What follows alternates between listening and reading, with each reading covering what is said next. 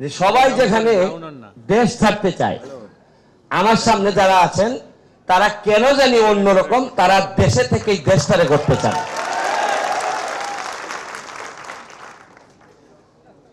আমি আরেকবার বলছিলাম এইখানে এসে আপনাদের একটা প্রোগ্রামে, যে এমন একটা দেশ যেখানে উদ্যোক্তার চেয়ে দালালের দাম বেশি। যে জায়গায় যায় দালালিতেই টাকা বেশি। আমি এমপি হিসাবে 4 মাসের বাচ্চা, আমি এলাকায় কি করতেছি জানেন? শুধু আর কিচ্ছু না, উন্নয়ন তো পরে, দালালদেরকে একটু টাইট দিয়ে একটু চাপের মধ্যে রাখছি। তাতে হয় কি, সাধারণরা একটু প্রমোট হয়। আপনারা যারা উদ্যোক্তা, আপনাদের প্রতি আমার সম্মানের কারণটা আরেকটু বেশি। আমি কালকে রাতে 3:30টার সময় আমার এলাকা থেকে আসছি শুধু আপনাদের এখানে অ্যাটেন্ড করার জন্য। আমার কিছু লোক আছে দেখবেন নৌকায় উঠে সমুদ্র পাড়ি দিয়ে বিদেশে চলে যেতে চায়, আমাদের বঙ্গোপসাগর পাড়ি দেয়।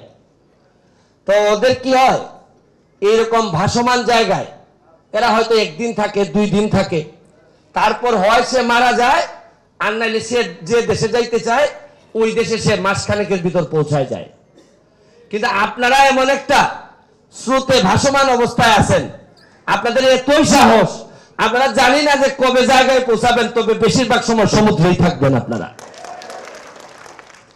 এই কষ্টটা যে আপনারা সিদ্ধান্ত নিছেন, এই জন্য আপনাদের প্রতি আমার শ্রদ্ধাবোধ, কৃতজ্ঞতা অনেক বেশি।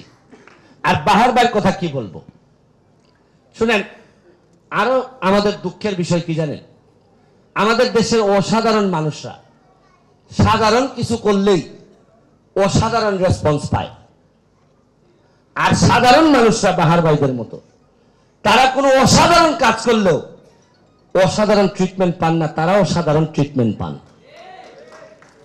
আমি বিশ্বাস করি বঙ্গবন্ধুর সোনার বাংলা এবং জননেত্রী শেখ হাসিনার নেতৃত্বে যে বাংলাদেশ, নেত্রী যেভাবে এই দেশটাকে নিয়ে যাচ্ছেন, আমি এমপি হওয়ার কারণে ওনার কাছাকাছি যাওয়ার সুযোগ হয়েছে অনেক।